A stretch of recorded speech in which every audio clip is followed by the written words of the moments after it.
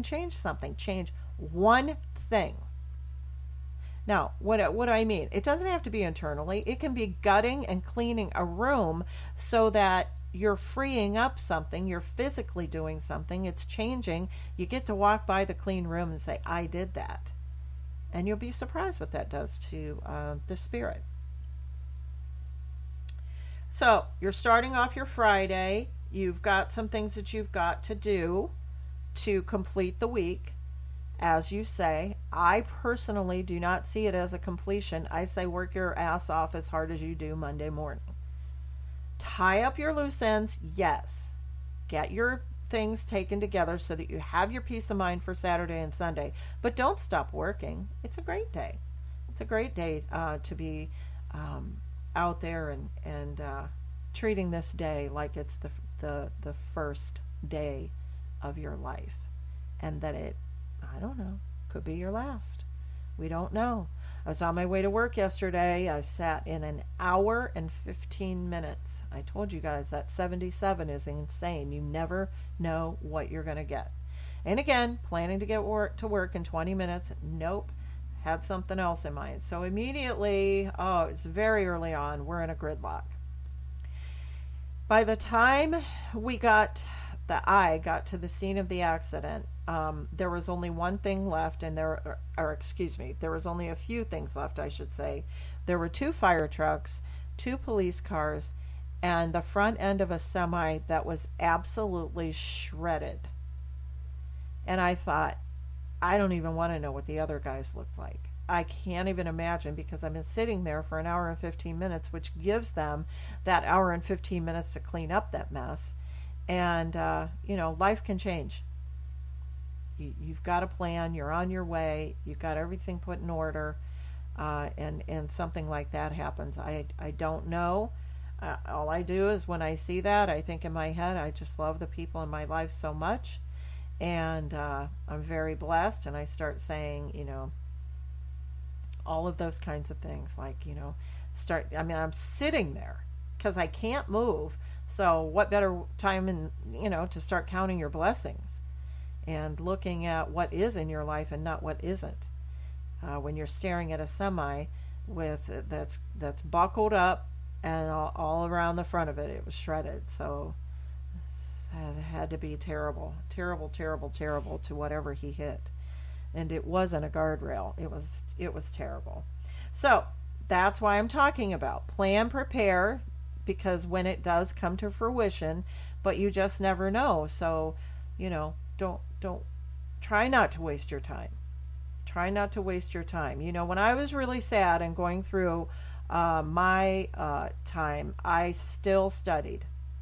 I read every single day something that would maybe, wake me up, something that would, shake me. And even though it didn't, I stayed in my place.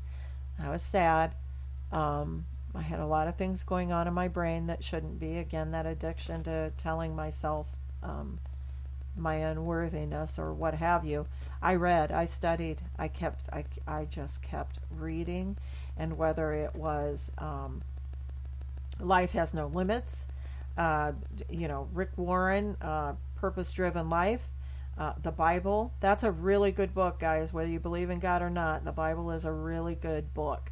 And it just might even get you to where you're going, how could somebody have written this that many years ago? And we're pretty much looking at that today. That's what I find fascinating about the Bible. If no one believes in it and believes in the written word of the Bible, I think it's fascinating that it ties into so much of what's going on. So, okay, so did we just have a bunch of futuristic eye-seeing people? And I think it's fascinating that the history that they're talking about or telling their story about, that we are experiencing that. How does that happen?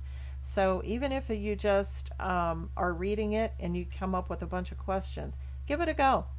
If you read the newspaper, if you read stupid articles and things like that on Facebook, switch gears and give the Bible 5 minutes a day. Just give it a go. There's an annual Bible out there, and it has 4 books on each day. And I would say it takes about, oh, I don't know, 15 minutes to read those every day. So by the end of a year, by the end of your 365 days, you've read all the books of the Bible, new, old, uh, Proverbs and Psalms, every day. It's so cool. Get one of those. I'm not being all preachy with you. I will tell you that I don't know what I would do without God in my life. I can share that with you. But whatever your belief system is, I can read something and not believe in it. I gotta look at different aspects of other people's opinions and things like that. And sometimes that hurts, and sometimes that gets weird. But I promise you, it is it's a really good book. You got to give it a go. Another recommendation on Fantastic Friday, The Letter F. As I come to a close for today, oh, look at me go. Wow. I wanted to share with you guys. All right, you're going to have to hold it on a second. I got to reach for something. So I got all these stories, right? Here I am telling you guys to believe in something and to do something and, blah, blah, blah, blah, blah. Well, I am a children's, sorry, I'm sticking my head away from the mic and all that good stuff to get this for you. But I write children's stories, and I've written them, oh my gosh, I used to take my kids to the library, when they were little. That was like a really entertaining thing for us to do. I thoroughly believe that, again, something I believe in, here goes. My girls, I believe, they're very successful. They're in their young 20s. I 100% believe at least 57%. Isn't that a cute little number? 57. I love it. 57% of who they are and their study habits, organizational habits, thought process, mathematical skills, reading and retaining and writing ability are from the books, the countless books that they read and have been read to their entire life. Their dad and I, he's now my ex-husband, their dad and I, every single day, often read them books. So when my oldest daughter was, let's say, she was 18 months old. My kids are 2 and 2.5 years apart. So while I had babies in my belly, I was reading to the other daughter. Then when Gina came along, then Raquel listened to stories. I read to them, rocked them while reading to them and singing to them. Then when they were of age, I took them to the library. They got to touch, feel, smell books, pick out their own book that they wanted. And I am not exaggerating. We would come home with 30 books. It was rough to carry them. Most of those books were for me. And I just loved reading them. I would plow through them on my own, while they were taking a nap. I would read them out loud to them over and over again. They always had, there's Stella Luna, they're all the classics, Goodnight Moon. There are just certain books we had to buy so that they were their own. I love a worn out children's book. You can tell that that's something that they really spent a lot of time staring at the pictures and the words. And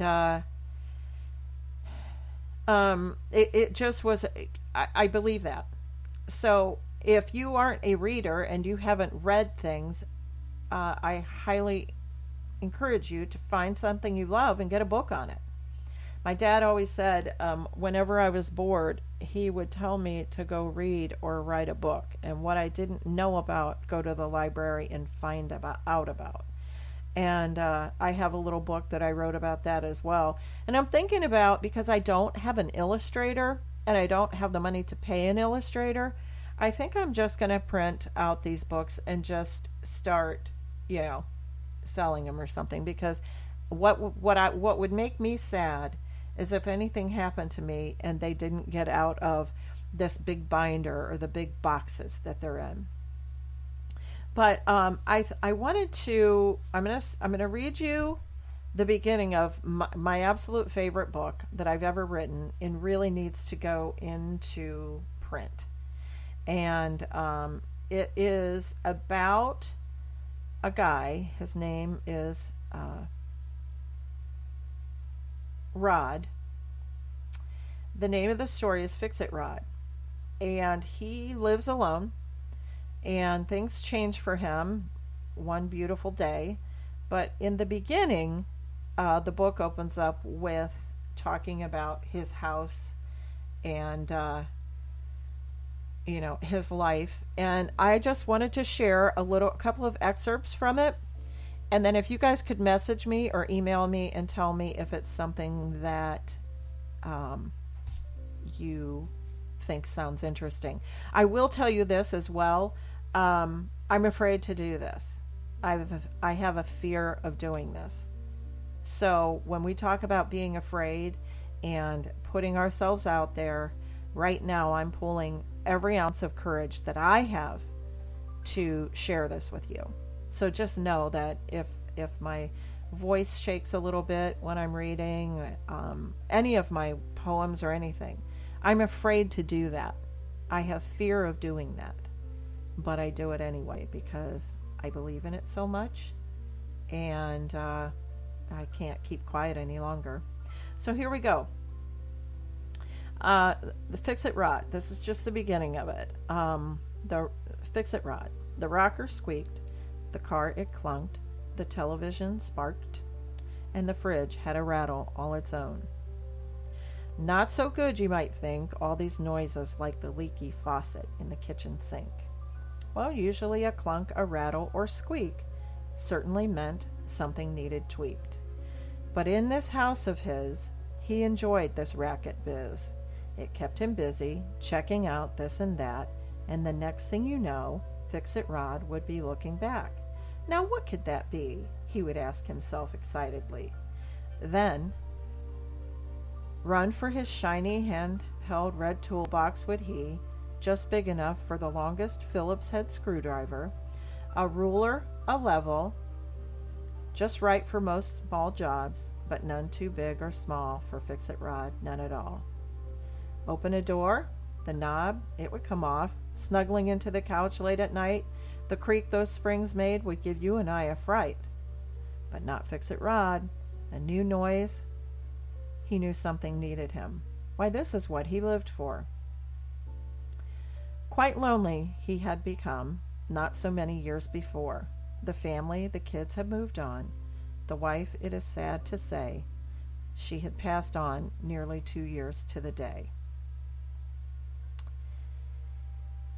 He kind of felt that sometimes this was her spirit, bugging him with love in a day. Just in case, he would sit too idle. A trickly, watery sound that toilet would begin to make. Oh my goodness, that handle would give it a that handle, you would give it a jingle, just a little shake.